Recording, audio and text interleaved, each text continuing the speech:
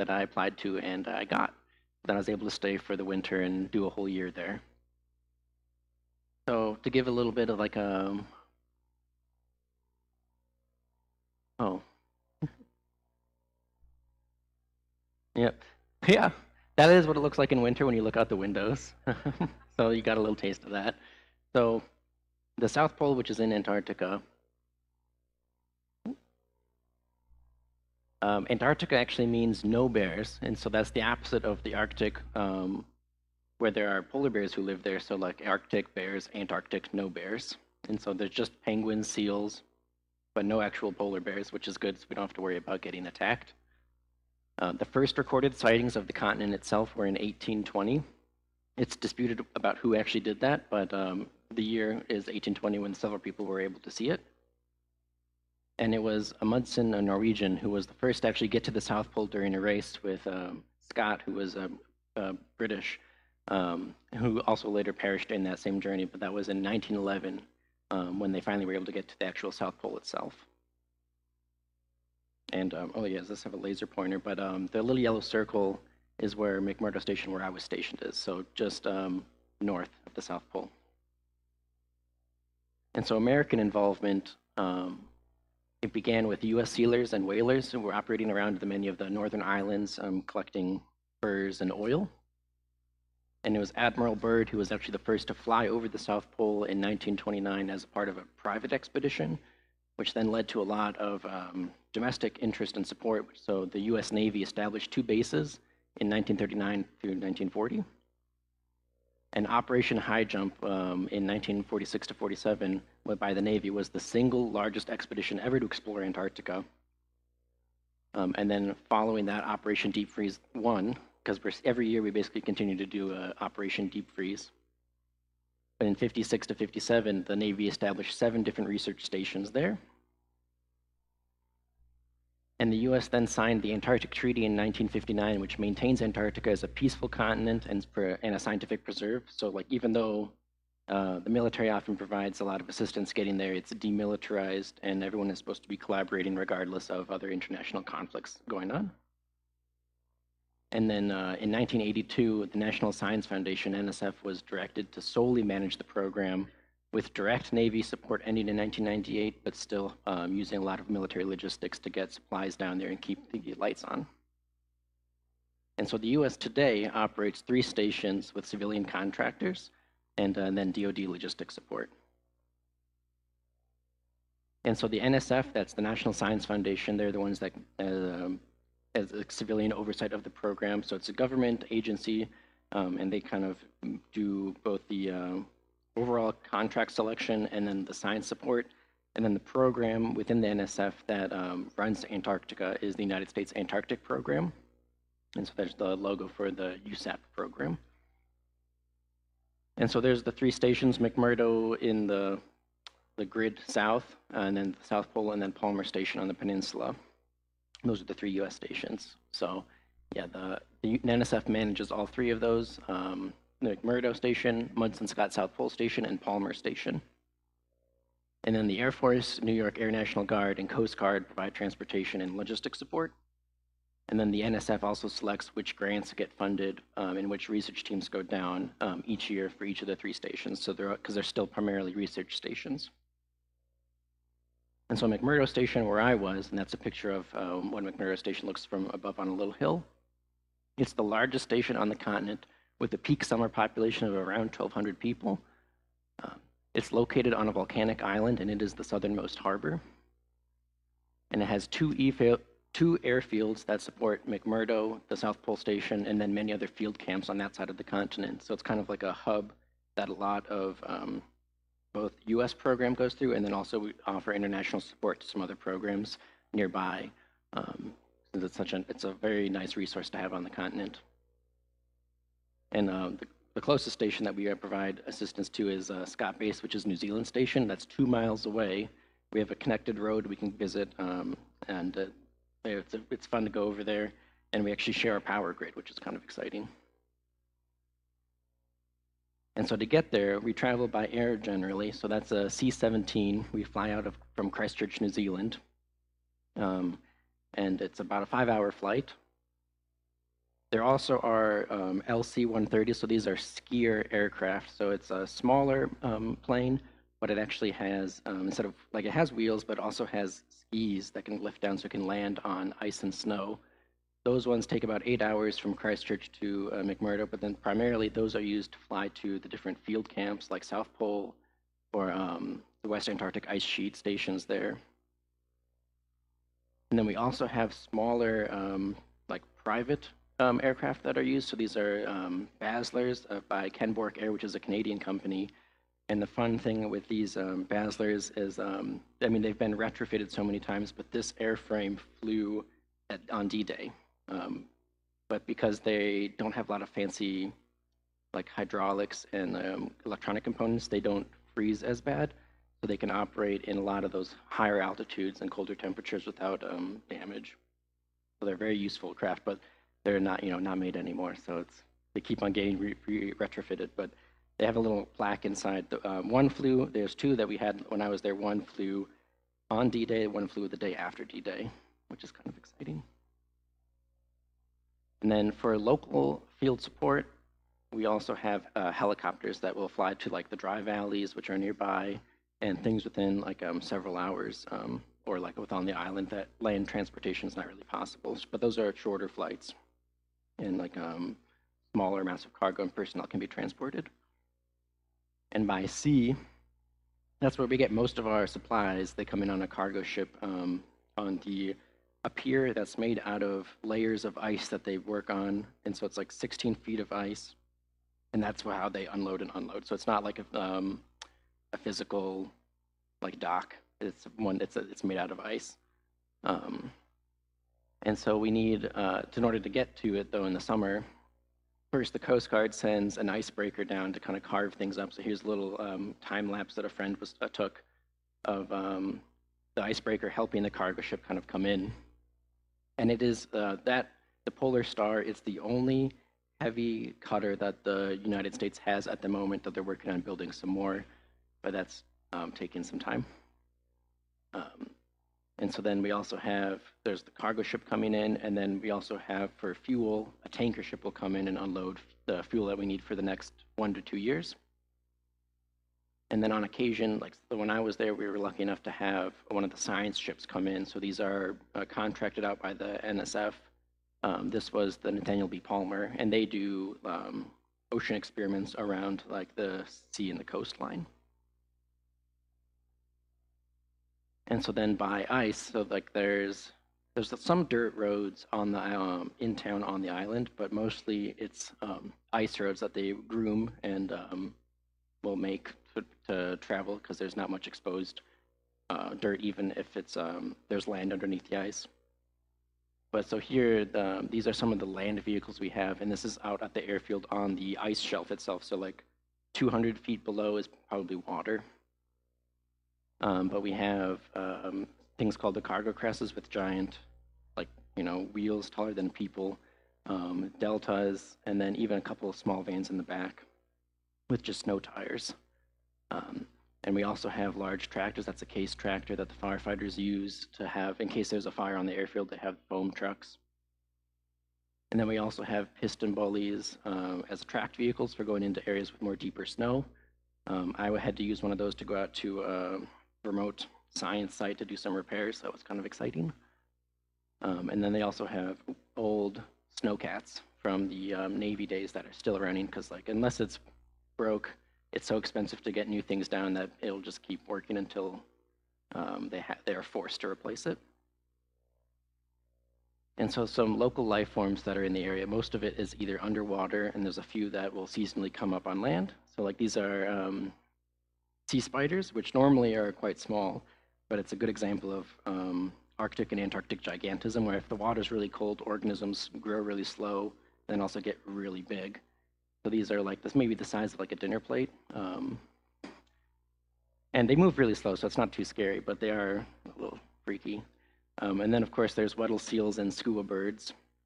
And they're, I think, one of the largest seals, not like an elephant seal, though, but they're quite large, and they're fun to watch galumphing around with all of their insulating blubber. And they often will come up, actually, to cool off on the ice from swimming, like they'll overheat, and so they need to come up and cool off in the frozen air, which is always we find funny because we're bundled up and everything, but it's like they're steaming and stuff. And then of course there's penguins. So like McMurdo, we have Adelie penguins and emperor penguins. These are Adelies, and we see a lot more Adelies in groups. And they're much more curious, and they get into a lot more places where they shouldn't be. So here's out at one of the airfields I was at, an Adelie penguin just in the middle of the road, and like because of the Antarctic Treaty, we're not really supposed to interfere, so we just have to walk around it on the way to the bathroom, and like it's squawking at you, and you just have to ignore it. But like until it moves, you just have to deal with it being there. But they're pretty cute, kind of stinky, but kind of fun. And so as the winter research associate, so here's a picture of, I have some stuff in town, and then also there's a Rival Heights laboratory that I have to drive to every day. Here's a picture from there. And it's basically a lava field with a lot of research antennas, and then the laboratory building itself. And so when the research teams head back home for the winter, someone has to stay behind and keep things running, which is what basically I was doing. And the population itself drops to between about 100 to 200 based on like what point in the season. Last winter we had 130, and then this winter there's going to be construction, so it'll probably be closer to 250. So that'll be exciting to see. And I had last winter 12 projects that I was maintaining around McMurdo and the Rival Heights laboratory. And my objectives were basically to keep the data flowing and troubleshoot any problems that pop up. So like very much like a caretaker maintenance role. But I found it quite satisfying. And it was interesting. It was nice to be close to all those different pipelines, and I could poke around in some of the data sets. And so here's like a large poster. We'll zoom in onto the different projects, but kind of showing both what the projects are and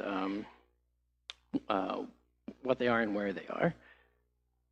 And so one of the projects is, I check on it in town, but the actual infrastructure is in the dry valleys. It's the Air Force has several seismic stations that are both used for collecting seismic data on like what's going on within like tectonic plates, but primarily to make sure that there's no one setting off any nuclear explosions as part of the Comprehensive Test Ban Treaty. So this is the timeliness of the system is very important, that it's running 24/7, and any kind of downtime I have to quickly make sure it's back up just in case anyone tries to do any sneaky bombing during that time. But unfortunately, in the wintertime, I don't get to go to the dry valleys, which would be really quite cool to go to, but that's only in the summer. But I still have to make sure that our connection is continues, and that they're still operating at their normal efficiency. And we did have several of the generators go down last winter, so that was kind of, we were very close to losing the facility, which luckily we didn't. Another of the projects is looking at a lot of space weather. So this says looking at like basically the effects of solar activity from the sun and also just interstellar activity, and when that hits our atmosphere, what kind of energy is impacted, how does some of those high energy particles make it down to the surface, how damaging to infrastructure, how dangerous to health would those things be. So we have very and extremely low frequency radio bands picking up natural radio waves from those activities. One of the more common things you can pick up on a VLF and ELF is actually lightning will generate like natural radio waves. And if you're listening to the actual like sonogram, it sounds like popcorn, even though there's no lightning in the area, but there's any lightning within thousands of miles will be picked up on that. And they can use some of those lightning signals to probe the properties of the ionosphere, which is how radio waves travel beyond line of sight. And then they also have cameras that are looking at the auroras, because I mean, if all auroras are very pretty, it usually means that something lethal was intercepted, which is, I mean, so it's nice to see like, oh, good, it didn't make it to the surface, but it is kind of like if what we're seeing on the auroras was at the surface, we would be dead. So it's nice to keep an eye on that. Another of the projects is looking at atmospheric gravity waves. So if we get like a large solar flare or a big storm, it will actually cause the atmosphere to like ripple. And so like the height and the density of it will change a lot. And that's pretty important for a lot of space infrastructure. So like if satellite's at a specific orbit and all of a sudden the atmosphere is above that orbit, it will deorbit. And several years ago, actually, Starlink lost a whole batch of satellites because of this phenomenon that they weren't like measuring. And so now we're trying to keep eyes on that so we don't lose any more satellites. Yeah. We also have a scanning Doppler imager, which is looking at high up in the atmosphere. It's kind of similar to the gravity waves, but it's using air glow, which is like the chemiluminescence of the different gases up there, and using the basically like how red shifted or blue shifted that air glow is. You can get the wind speed and the temperature to see how energy is basically like going between the different layers of the atmosphere. And one of the things, we had like a really large solar storm last year, and the temperature of the 200 kilometers up went up by like 600 degrees Celsius, which I mean it's quite a lot, but just kind of interesting things to see, like that's kind of an energy you want to be intercepted up high and not necessarily have it get down to the surface. Although it does impact weather in some ways, which is a link they're trying to investigate.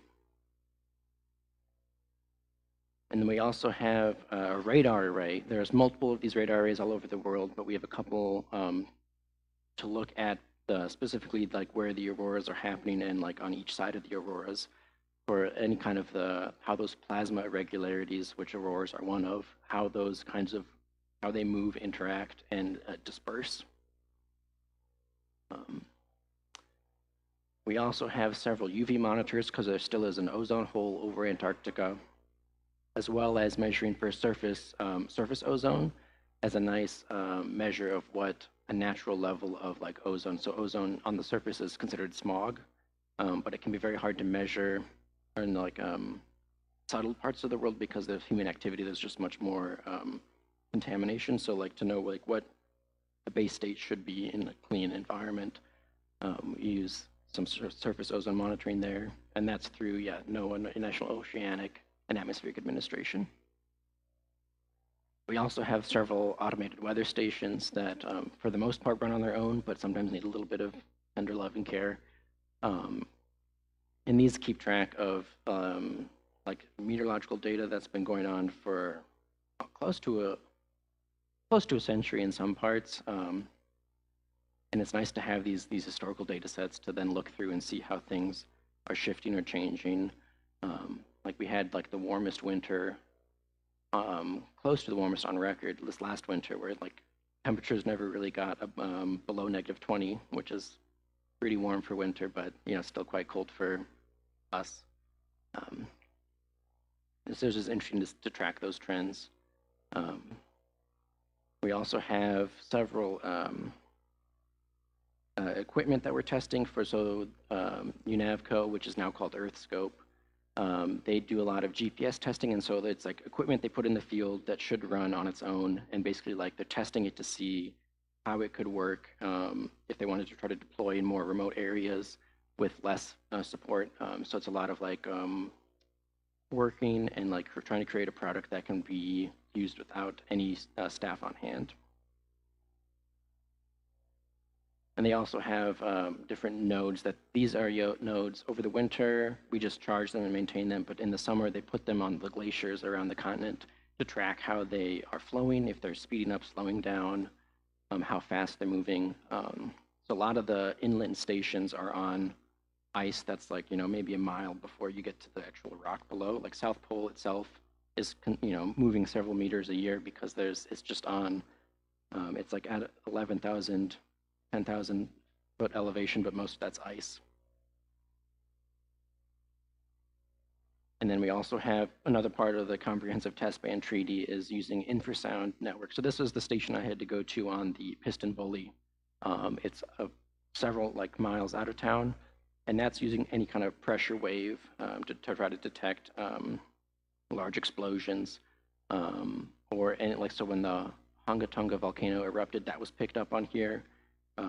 But like usually like large explosions, like if there's like a rocket that blows up that's too small, Um, but that's another part of that comprehensive test ban treaty. So like that requires a lot of making sure it never goes down. So there's no gaps in data.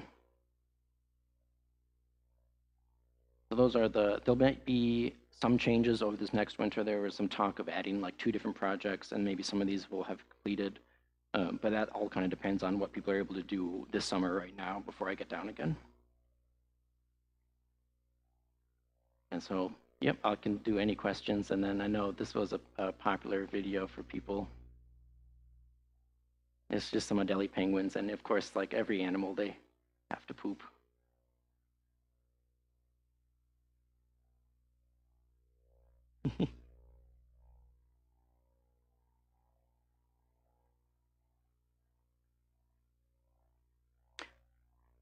So to work at McMurdo or the USAP program, you have to be a U.S. citizen. You can be a dual citizen. So we had more New Zealand citizens working in McMurdo than they had at Scott Base because their winter population is 11 people, and only 8 of them were from New Zealand. And we had more than 8 people in New Zealand working at McMurdo. But you need to have a U.S. citizen, so dual citizens. And there might have been some people, like there was, I think, someone with like a German citizenship, someone with a Swedish citizenship, but also a U.S. citizenship. Yep, yep. Yeah, and then if there are other countries, if they have their own station, but like most other countries are much smaller, so there's like, it's better if you're a dual citizen, better to apply to the U.S. program. You're much more likely to get in because there's just that many more people.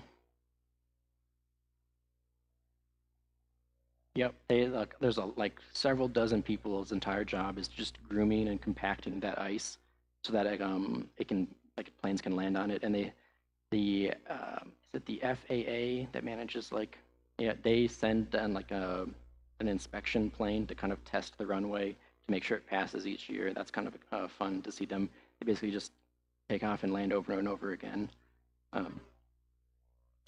The C-17s use wheels. So in like the spring and fall, it's cold enough that they can use wheels to land. But then in the summer, the ice gets too mushy, and so that's when they switch to skied aircraft. And the skied aircraft, it's the Baslers. We have some Twin Otters, and then the LC-130s.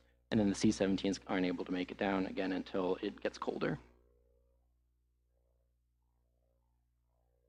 So the early expeditioners had to obviously eat local food because they couldn't bring that much down in their wooden ships. And they say that they taste very fishy, greasy, and awful. Oh, yeah.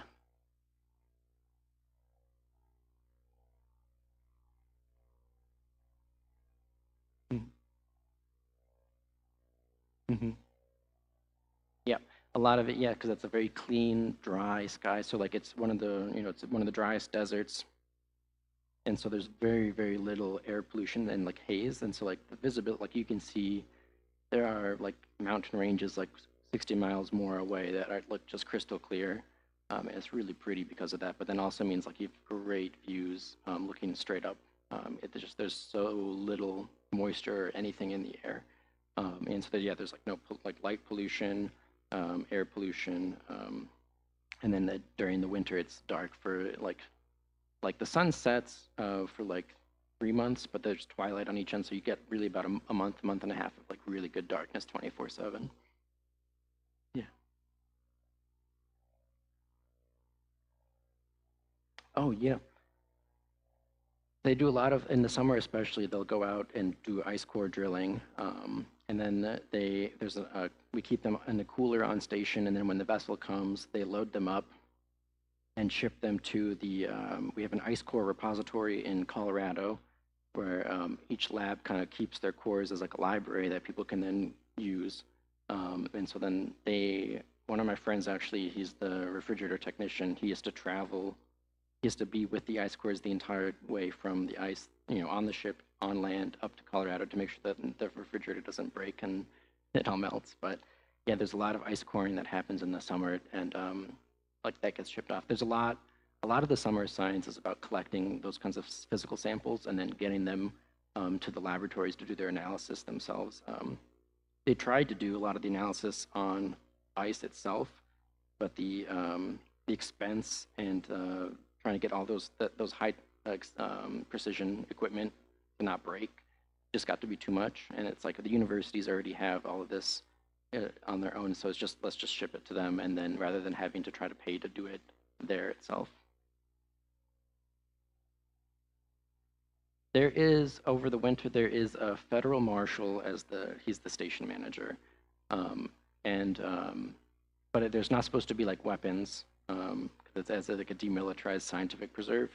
But there may or may not be um, like a like a firearm for those kinds of. He won't answer. It's like strategic ambiguity about whether or not he has a gun. Yeah. So it's all very frozen. But like the chefs do a pretty good job because they got to basically like get down the year's amount of food. They like to have a buffer too, so usually there's about 2 years of food on station when the vessel comes in, and then we just started pulling from that. Um, and it's also government contracting, so the lowest bidder usually is the one that gets the contract, and so it's a lot of like expired prison food, but they get a lot for yeah.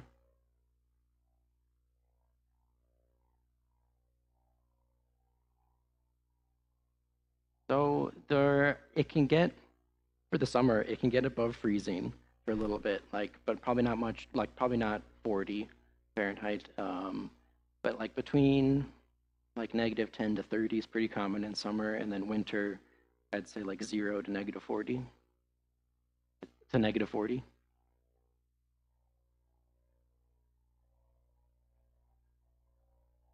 So because we're a little bit north, it kind of does an ellipse, and so like it's kind of swooping, but it does like skim the horizon much more than like going up and down. At at South Pole itself, it basically just kind of spirals once a year, and so like they really only have one sunrise and sunset a year, whereas like we get a lot more sunrises and sunsets. But yeah, because it's a little more of a skew, like a yeah.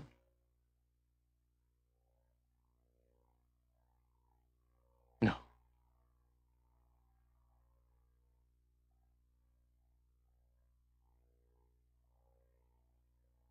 Hmm. Yeah. Oh, I can show. Pull up a map that might help.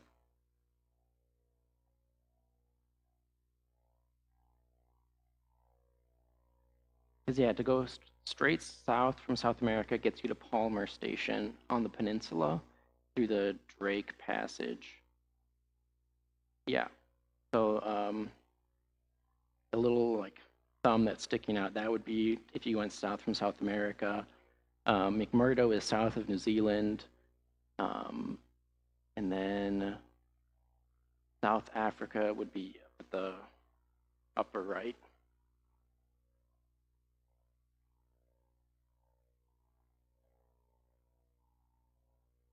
So where I am, it's a volcanic island, so it's pretty rocky. But then out on the ice shelf, so like we're right at the edge of like the sea, and then like there's the ice shelf, um, which you can kind of see there, where like it's just never breaks up. It's anywhere from like, and maybe at the edges, it's like maybe 100 feet thick. But then if you start going in thicker and thicker, it could be maybe 1,000 feet thick before you get to water. And so where the airfields are, it's about 200 to 300 feet of ice. There is a chapel. In the summer, they have a chaplain come down, and I did, because I'm an organist, I did some of the organ playing for some of the services when I wasn't working. But yeah, there's a chapel of the snow.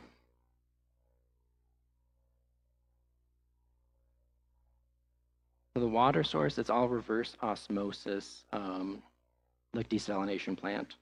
And cell phones, like GPS works, which is kind of interesting. And there's Starlink Wi-Fi now, but data service, no data service, no voice or like calling, things like that, unless you're using Wi-Fi. Oh, yep, yeah, the Aurora Australis instead of Aurora Borealis. Yeah, very similar to the Northern Lights. Yeah, they are the Southern Lights, and also I don't know how familiar. Didn't necessarily know this, but like the South Pole like the geographic pole and the magnetic pole are not together. So like the magnetic pole is like off the continent, it's in over the ocean. And so we're actually closer to the magnetic pole at McMurdo than South Pole is, the geographic pole. And so then there's differences in the auroras there. Like so like if you want to see auroras, it's much better at the South Pole Station itself. But if you want to look at the sky within the auroras, McMurdo is perfect for that. So, but it does mean like the best I saw was like some gray smears, maybe a little bit of color, but it wasn't the like vibrant like light show that you can get in like Alaska or something like that. I think you've been holding it for a while.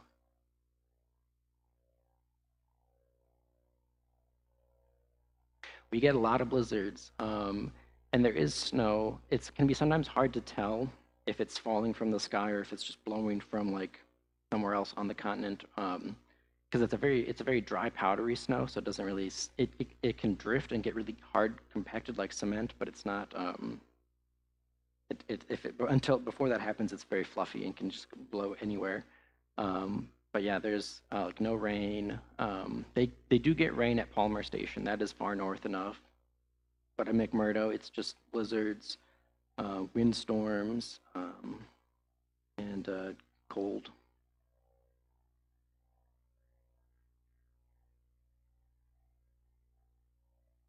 Mm. So they give us all the extreme cold weather gear in Christchurch because they don't trust the people to know how to bring the right gear, which is very good. Um, and so it's like a Canada, I think Goose, like big red jacket, rated to something crazy. I think you can buy it commercially, but they're like several $1,000s. And so it is nice that we don't have to buy that ourselves. And then they give us like Carhartt bibs and then like big like Baffin boots or bunny boots, which are basically like air gapped boots that like you can have a little vacuum seal. So they give us all of that extreme cold weather gear, which is nice. But then you can bring your own coat as well. So like I had my own winter coat that I would wear in the summer because the big red it was just too warm in the summer. But then in the winter I wore the big red coat.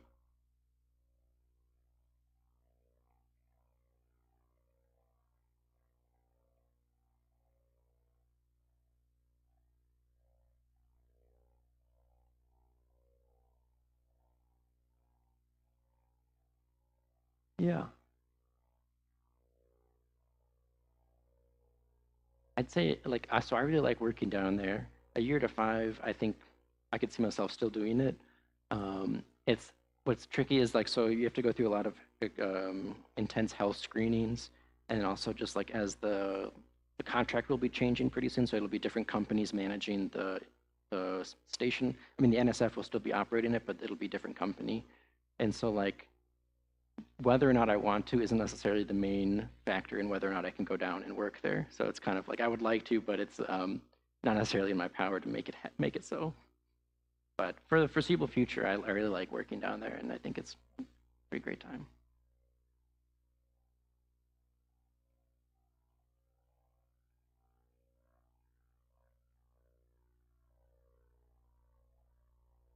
Oh, so we do see like cruise ships will come in when the sea ice has blown out, and they sometimes can get in little Zodiac boats and come up to. There's like Shackleton has or no, not Shackleton's hut. They don't go to Shackleton's hut. There's a little tiny Scott hut that Scott built that they can come visit, but they don't come into McMurdo itself. And and not even everyone on the cruise ship gets to do that. Like a lot of the cruises, you don't get to step foot anywhere on the continent, and you're still paying several tens of thousands of dollars just to do that. Um, yeah, like it's hard to visit, but if you work there, you get to go.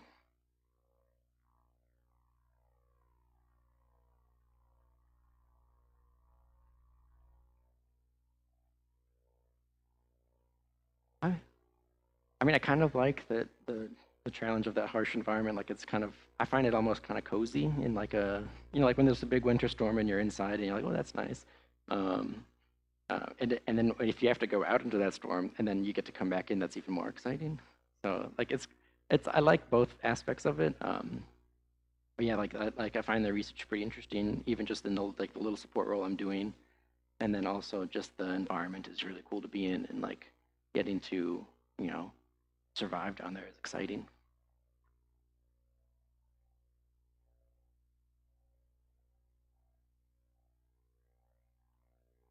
Mm.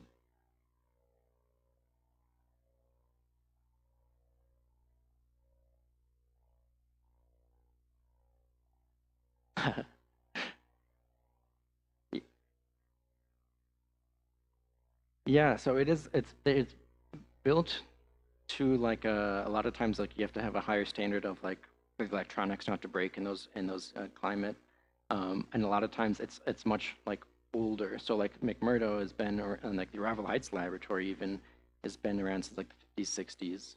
Um, so it's a lot of really like sometimes like a lot of the older stuff is just more robust than some of the newer things. Which helps. And so like it's just a lot of like keeping the old stuff working and then working on like duct tape solutions to keep it going. But then like how does it keep working in those conditions? It's like the people there keeping it working. So like it breaks all the time and you just have to send people out to repair it. And so that's why there's like, 100 people there over the winter just because so many things are breaking all the time that if there were any less people, we'd have to give it up. It's a lot of elbow grease and prayer.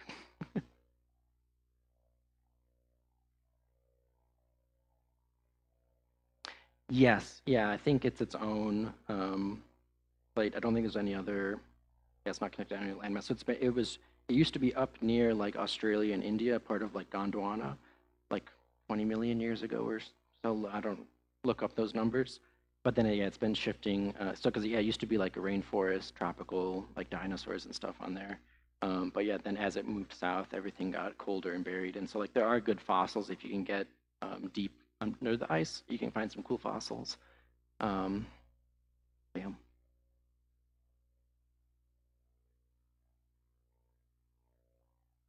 So there's the physician. I think for South Pole, this might be a rumor, but they have to have their panks taken out preventively, just because if theirs goes, no one can do anything. But like everybody else, like it's fine. I mean, there'll be a doctor that can help you, and then ideally they try to medevac you, but they can do that kind of stuff. Yeah, you don't have to get it out beforehand. But I think the doctor at the South Pole, I've heard does. But oh yeah, him first. Yeah, yeah.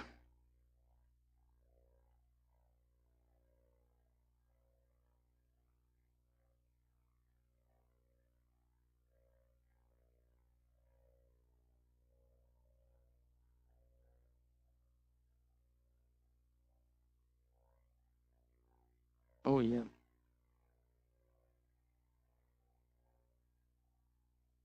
Yeah, there's definitely a lot less sea ice than there used to be, and it's forming much later. We almost had to cancel the sea ice season this year for like when scientists go out to collect like biosamples or like just using the sea ice to get to different islands. Because it normally will like refreeze by like June or July, but we had open water until August, and like it's just not usually that way. So like that's been a change where like the ice is less predictable, and because of that, the water clarity for like the divers report that it's. I mean, it used to be basically like infinite visibility, like it would be like you're not even in water. It was so clear, and now it's like maybe 300 feet because it's just a little bit more algae from like this more sunlight, a little bit more hazy. I mean, it's still probably the clearest water for diving in the world, but they're complaining that it's not as good as it used to be. So yeah, there's definitely changes, and like even this year, there's also a polar vortex around the South Pole that got a little like messed up, and it was more of a bar shape. And then one of the effects of that was that the ozone hole took longer to reopen, because as like the sun comes back, it reopens the hole. That was delayed because of the wind and the weather patterns kind of being irregular, as compared to historical trends.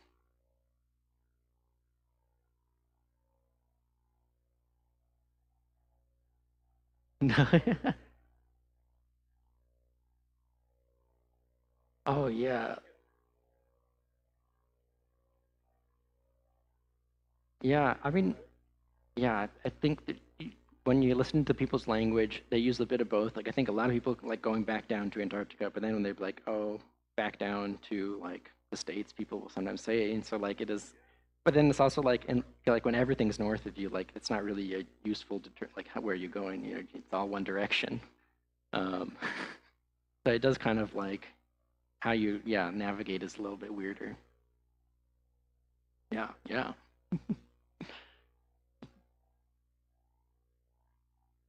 So that's banned under the treaty. So there's no commercial mining or development.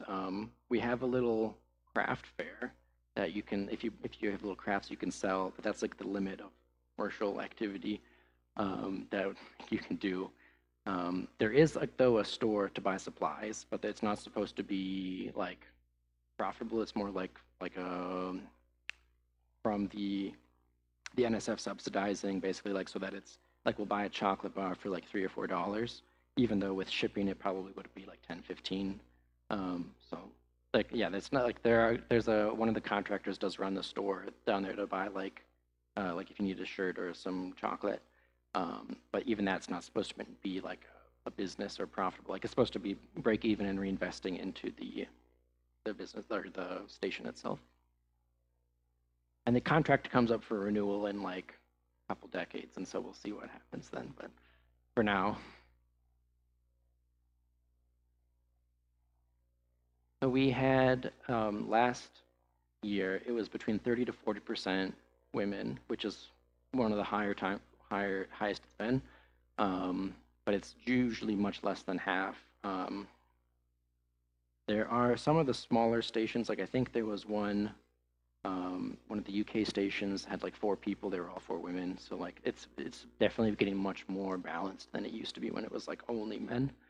But it's still predominantly a male environment. And, you know, there are married couples there, and there are married couples that work together, and then there are married couples that are down there that don't tell anyone that they're married, which is a problem. But you know, most people are very good and faithful, but it's just like there are some you have to watch out for some maybe you know villains.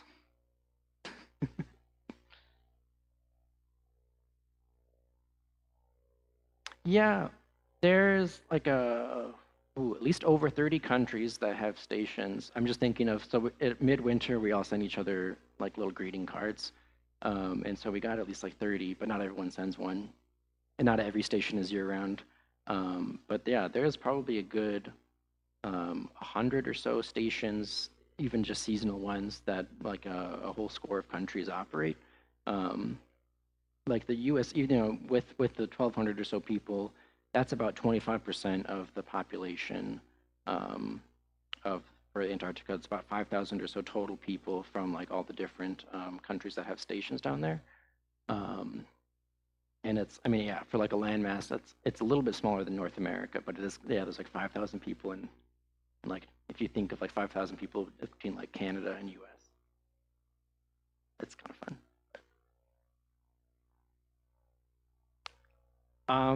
Maybe they think that might be the thought, but like no one, it is like a stateless environment, so that's all through the international treaty. There's like an international board that will review proposals to make sure, but like each country is involved, like, responsible for making sure that they're following the treaty themselves, and everyone just kind of seems to be, for now, at least getting along and following the rules. But there's no like overarching body that kind of enforces the rules. Although because the U.S. has the largest presence, many would argue that what the U.S. wants is kind of like what ends up happening, simply be it by having the infrastructure and the ability to do things.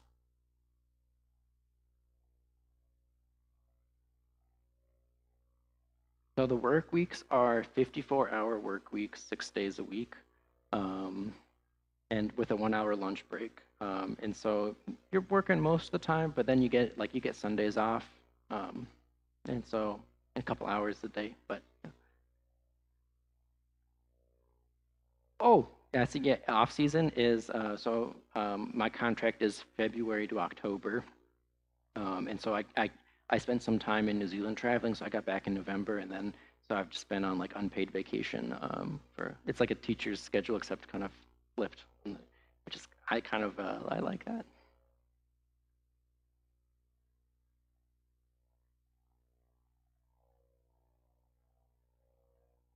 Yeah.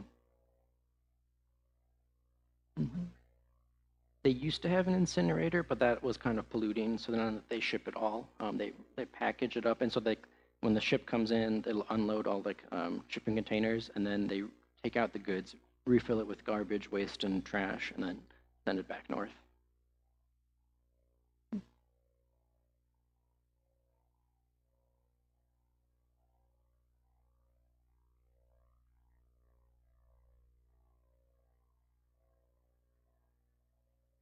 Oh yeah.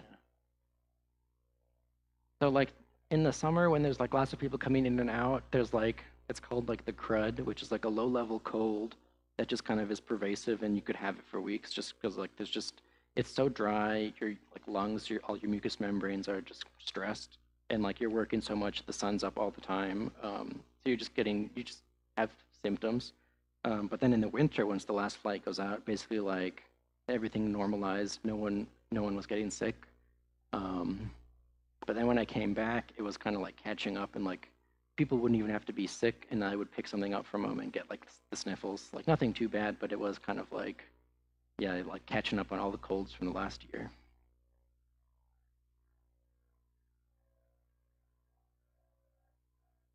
They used to, especially during COVID, they would do that, and then I think it just became such a logistical issue, and like just so much effort and resources had to go into that that they just gave up. So they don't do that. I mean, they probably ask you to be safe and smart, but like they just can't control that many people and have that much power over it. So they just ask people to wash their hands. They do really much enforce washing your hands before meals. So like that's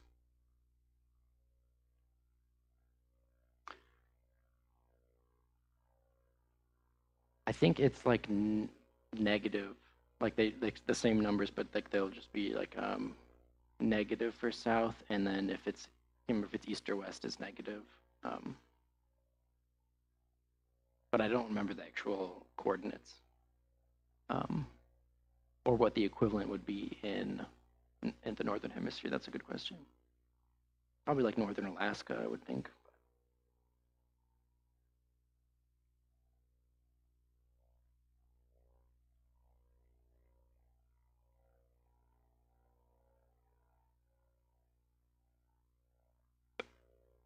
They're just kind of like boring old like buildings. There's like a so because like all of the it's National Science Foundation operated, and so everything since it's publicly funded has to be publicly available. So all the research is available online. Maybe there's a little bit of a delay, but like it is all public. There's no like secrets. Although I guess if there were secrets, that's what I would say. So it's but no, there's unfortunately there weren't any like crashed UFOs or anything I got to work on. That would have been pretty cool, but it's like a dorm. So you have like in wintertime, it's a small enough population you can have your own room, but otherwise you have roommates.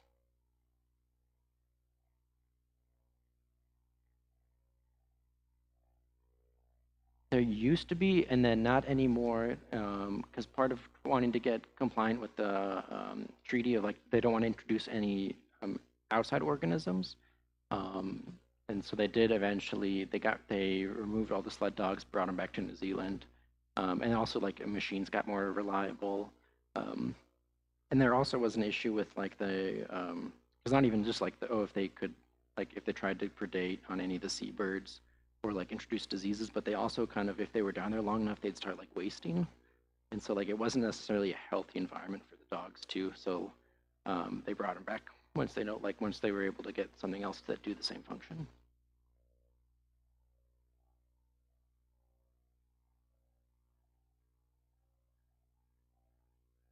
Yeah.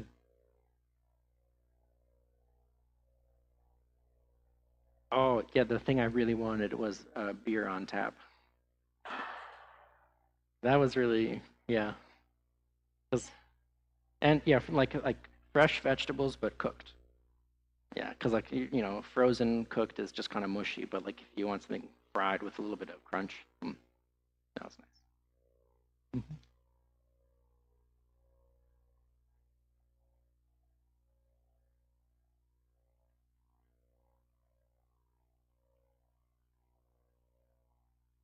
Oh, I didn't sell anything this year, but I'm working with my mom to make some like fancy like poofy pants that we can people because she'd made me some before and people kept trying to buy them off me. So now we're making them that they can buy their own and I can have my own. But there's like different morale like events that people will put on. Like there'll be like people will make a band. Like there's some instruments that people can do. There's like a trivia. There's karaoke. There's a library. There is a craft room if you just want to like work on crafts. That not to sell, but just to make. Because yeah, they're very picky about if you're using like scavenged resources versus like federal resources because it's a federal installation. Like you can't get caught dumpster diving because that's then you're basically like it's stealing from the federal government. So it's yeah, there's there's just fun little things like that you got to be wary of. But there is a craft room that has its own supplies you can use to make your own stuff.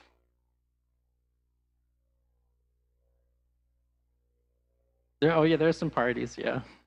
But like when you're working so much, it's I don't know. I feel like it's hard to go that hard. So some people do, but that's maybe them. But yeah, it's I was much more on like the quiet, restive side of the activities than like the rager kind. But every once in a while there'd be a big rager, that's for sure. But you also want to be careful, like you don't like slip on the ice. So like if you're drinking a lot and then you're out and about, it's want to be safe.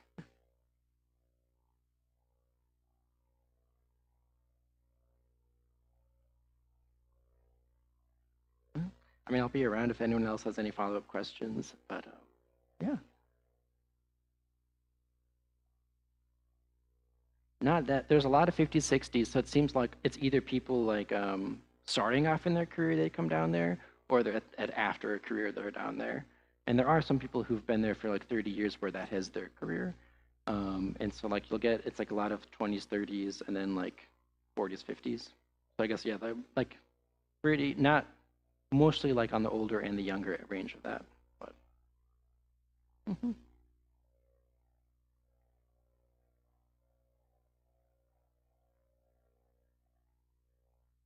We did. There was at least once we did while I was down there. Like we had like a webcam hooked up that we could talk to the class. Um, but I haven't done anything like that in person. Our mom keeps kind of encouraging me to do that, but I don't know any high schoolers or high schools, so it's okay. hmm Yeah.